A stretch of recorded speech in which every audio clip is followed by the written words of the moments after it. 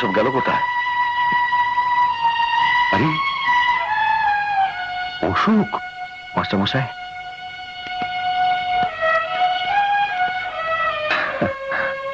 অশোকদা, অশোক, অশোকদা।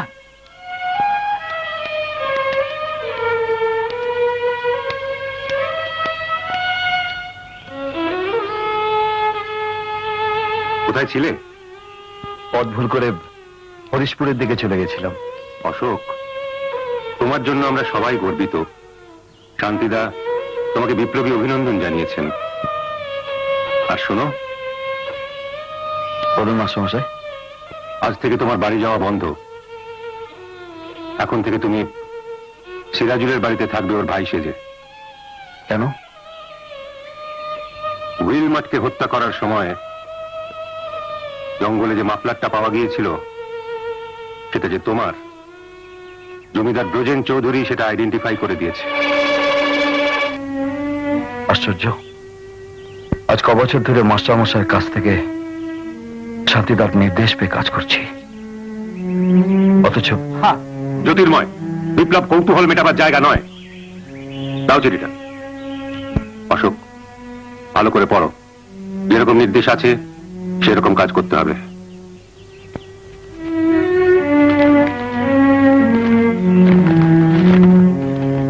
আগামীকাল রাত 2টায় নদীর পাড়ে সাহেবদের কবরখানায় উপস্থিত থাকবে। যথাসময়ে মাস্টারমশাইয়ের কাছে আমার নির্দেশ পৌঁছে যাবে। ইতি শান্তি।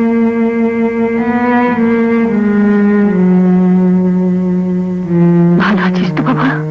নিশ্চয়ই আছে, নইলে ওর মধ্যে এত জ্যোতি দেখতে পাচ্ছি কেন? দেখো বঙ্গবাসী, ভালো করে দেখো। ভারত মাতার ফৌজ বলে ওকে কেমন অহংকারী মনে হচ্ছে না?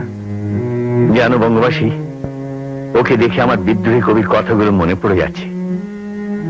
দুলিতেছে তরি, ফুলিতেছে জল, ভুলিতেছে মাঝি পথ। কে আছে জওয়ান, হও আগুয়ান, আছে কার হিম্মত? এই জওয়ান, ভারত মাতার সেই জওয়ান আমাদের অশোক। তোমরা কথা বলো, আমি এক্ষুনি আসছি। জানিস, পুরাণে আছে পাপের বিনাশ করে ধর্ম সংস্থাপনার্থে ঈশ্বর যুগে যুগে মর্তে আবির্ভূত হন, কিন্তু ঈশ্বরকে ধারণ করার জন্য আধার চাই, যে আধারের মধ্যে দিয়ে ঈশ্বর তার প্রকাশ ঘটাবেন। তোরা হলে সেই আধার, তোরা সেই আধার। পরিত্রাণায় সাধুনাং বিনাশায়শ্চ দুষ্কৃতাম ধর্ম সংস্থাপনার্থায় সম্ভবামি যুগে যুগে। You have made me so proud, my boy. You have made me so proud. দাঁড়াও। বাবা আমার মেরো না, বাবা আমার মেরো না, বাবা আমার মেরো না, বাবা আমার মেরো না, বাবা আমার মেরো অশোক, আর ভুল নয়, আমি বলছি চালাও বলে, চালাও না, বাবা আমার। ওগো, তুমি চলে যাবে। কৃপা যদি না থাকে আমি কি দিয়ে বাঁচবো বলো তো? বাবা আমার মেরো না, বাবা আমার মেরো না, বাবা আমার মেরো না, বাবা আমার মেরো না, বাবা আমার মেরো না, বাবা আমার মেরো না, বাবা আমার মেরো না, বাবা আমার মেরো না, বাবা আমার মেরো না, বাবা আমার মেরো না, বাবা আমার মেরো না, বাবা আমার মেরো না, বাবা আমার মেরো না।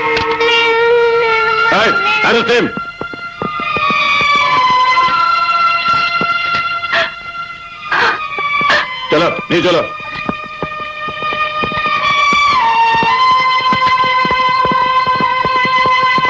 তাই শেষবারের মতো জানতে চাইছি, আমার প্রশ্নের জবাব দেবেন কি না? বলুন, শান্তি রায় কে? শান্তি রায় কে? শান্তি রায় কে?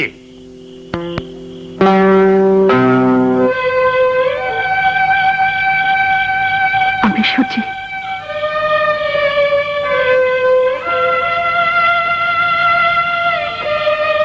আমি একবার কাছে যেতে পারি?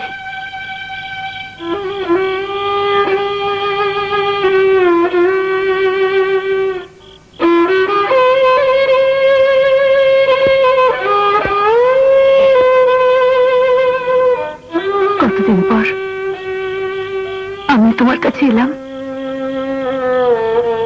আর তুমি কিনা মুখ ঘুরে আছো।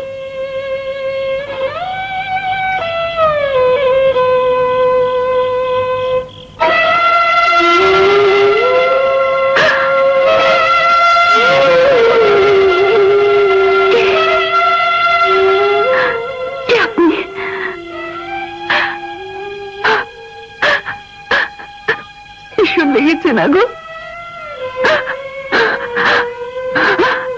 ওরা তোমার কি দিয়ে মেরেছে?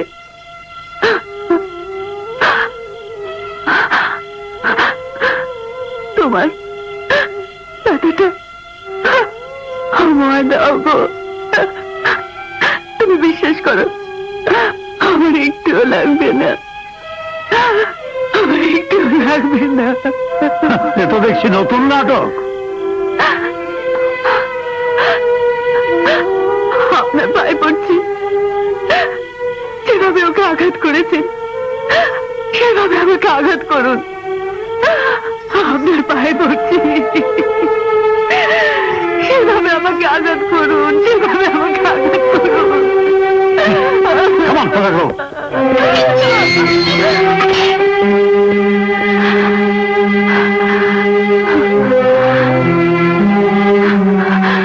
শোনো, তুমি বিপ্লবী, শহীদ হলো, ওদের একটা কথা বলবে না, না একটা কথা বলবে না।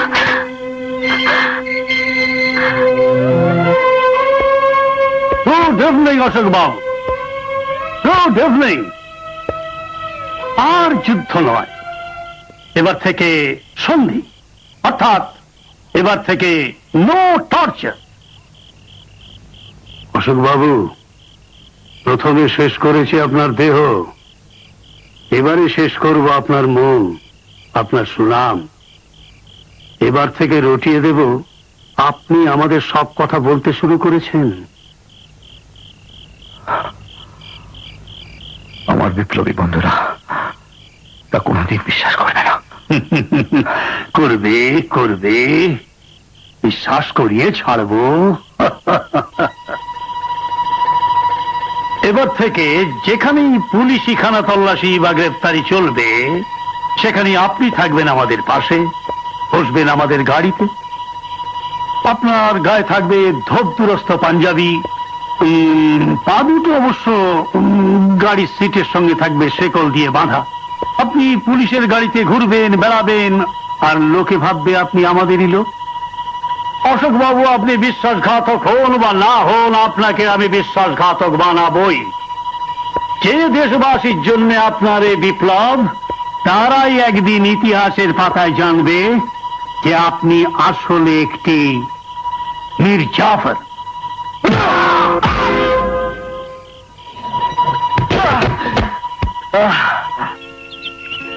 মা, কে আপনি? আপনাকে তো আমরা চিনি না। ও, তোমরাও শুনেছো তাহলে? কেন এসেছো এখানে? আমরা তোমাকে অস্বীকার করি।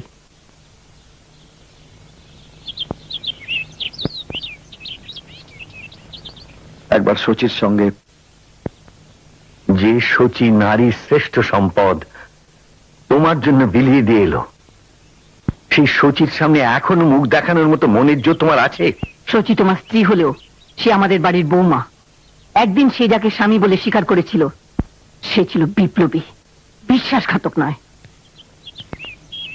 যাও, বেরিয়ে যাও। যাও।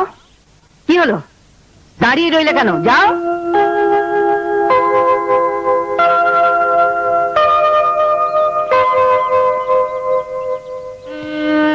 শ্রী যোগেন্দ্রনাথ চট্টোপাধ্যায়ের ছেলে বিশ্বাসঘাতক, এটা তোমরা মানলে কি করে? জানি প্রশ্ন থাকতেই পারে, তাহলে আমার বেশ কেন? দেশ, সমাজ, আমার বিপ্লবী বন্ধুরা সবাই এটাই বিশ্বাস করছে যে আমি বিশ্বাসঘাতক। কিন্তু আমি বিশ্বাসঘাতক নই বাবা, আমি বিশ্বাসঘাতক নই। তোমার গর্ভে বিশ্বাসঘাতকের জন্ম হতে পারে না, এটা একটা ষড়যন্ত্র মা, আমাদের বিপ্লবের বিরুদ্ধে একটা ষড়যন্ত্র। একদিন আসবেই বাবা, একদিন আসবেই যেদিন যোগেন্দ্রনাথ চট্টোপাধ্যায় আমার সবার সামনে এই অদম সন্তানের জন্য বুক ফুলিয়ে ঘুরে বেড়াবে। শুধু শুধু একটা সুযোগের অপেক্ষা আছি বাবা, শুধু একটা সুযোগের অপেক্ষায় আছি। 5 বছর আগে কলেজের ময়দানের জনসভায় যখন তুমি বক্তৃতা দিতে, তখন থেকে জানি তুমি জ্বালাময়ী বক্তৃতা দিতে খুব দক্ষ। কিন্তু এখানে ওসবে কাজ হবে না। যাও, বেরিয়ে যাও। বাবা, সেদিন পুলিশ ক্যাম্পে নিজের স্ত্রীর চরম অপমান দেখেও ওকে এতটুকু কাঁদতে দেখিনি, তাহলে আজ কেন? আমার একটু জল দেবে এসেছে।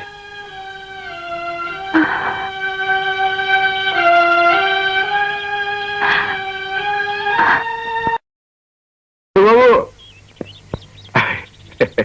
এই যে অশোক বাবু, নতুন কোন ইনফরমেশন পাওয়া গেল? আপনার বাবা মা নিশ্চয়ই আপনাকে আশ্বস্ত করেছেন। খুবই স্বাভাবিক, নিজের ছেলে সারা জীবনের নিরাপত্তা যেখানে জড়িত। আপনি আমাকে বলতে পারেন যোগেন বাবু, সেই জন্য এখানে আসা। শান্তি রায়ের ব্যাপারে আপনি আপনি এখানে এলেন কেন? আমি না এলে আপনি এখানে আসবেন কি করে? ইনি কে? আমি প্রকাশ মুখুটি। হিতেন দাশগুপ্ত নিরুদ্দেশ হওয়ার পর আমি ভুবনডাঙ্গার অফিসার ইনচার্জ। অপূর্ব, অপূর্ব। তোমাকে এতদিন সুবক্তা বলেই জানতাম।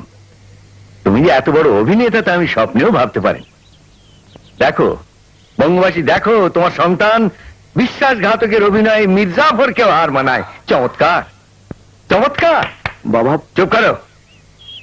প্রবঞ্চক, প্রতারক, বাবা মাকে প্রতারণা করার জন্য সঙ্গে বিশ্বস্ত বন্ধুকে নিয়ে এসেছো। বেরিয়ে যাও। I say get out. বাবা বাবা দাঁড়াও, এক পাও এগোবে না। উনি তোমার বাবা নন। তোমার বাবা কয়েকদিন আগে মারা গেছেন।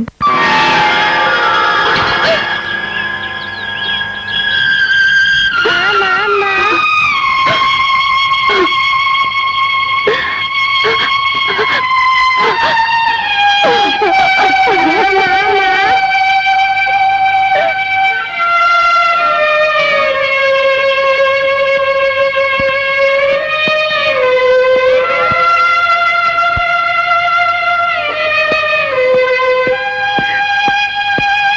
ওটা সত্যি তো? সে তো ধরা পড়লে টের পাবেন। অনেক ধন্যবাদ আপনাকে, অনেক ধন্যবাদ। আপনি যদি সময় মতো না জানাতেন তাহলে আজ রাত 2টোয় বিপ্লবীরা ঢাকা যাওয়ার পথে স্টিমার ঘাটা তেলের গোডাউন শুদ্ধ উড়িয়ে দিত জ্যাকসনকে নিয়ে। তো যাই, দলবল নিয়ে বেশ্যাপাড়ায় রাধার ঘরে। শুনুন, সাবধানে সবকিছু করবেন। ওরা কিন্তু সাপের থেকে মারাত্মক। ওরা যখন তখন যেখানে ঢুকে পড়তে পারে। ঠিক আছে, আপনিও সাবধানে যাবেন। যে পথে এসেছেন সে পথেই যাবেন। হ্যাঁ। ঠিক আছে, হ্যাঁ। যান।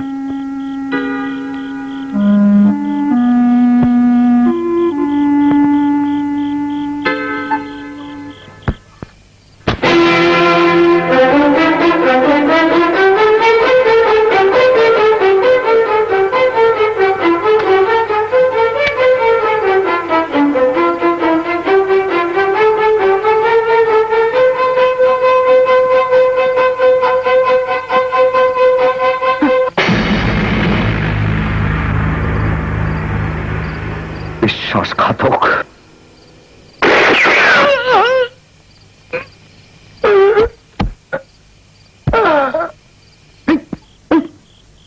सत्यानाश हो गया, आसामी भाग गया।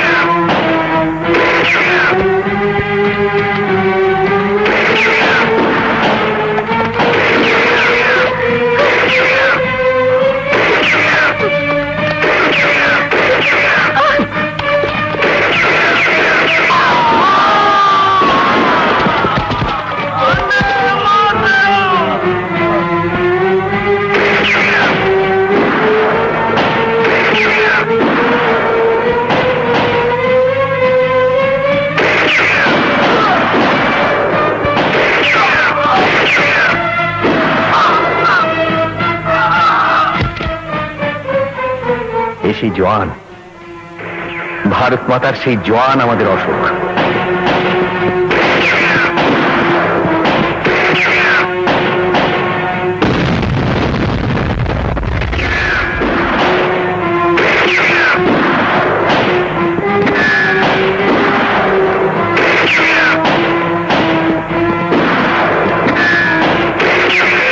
তুমি বিপ্লবী শহীদ হলো, ওদের একটা কথা বলবে না।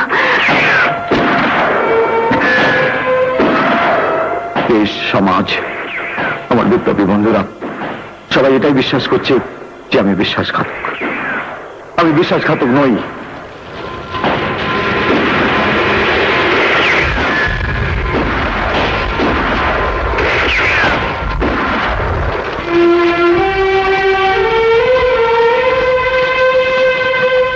রাধা, তুমি জন্ম থেকে ভারত মাতার জন্য বলি প্রদত্ত। বহু মানুষের হিতের জন্য কোনো কাজই ঘৃণার নয়। বন্দে মাতরম, বন্দে মাতরম।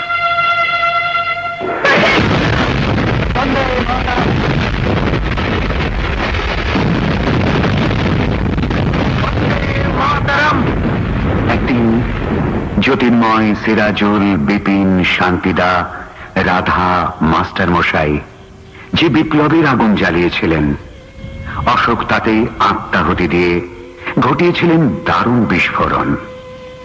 ওরা পথ দেখিয়েছিলেন, সে পথ আত্মদানের মধ্য দিয়ে স্বাধীনতা লাভের। ইতিহাস বলবে ওদের কথা। এখন ঘরে ফেরার পথে ফেরারি ফৌজ।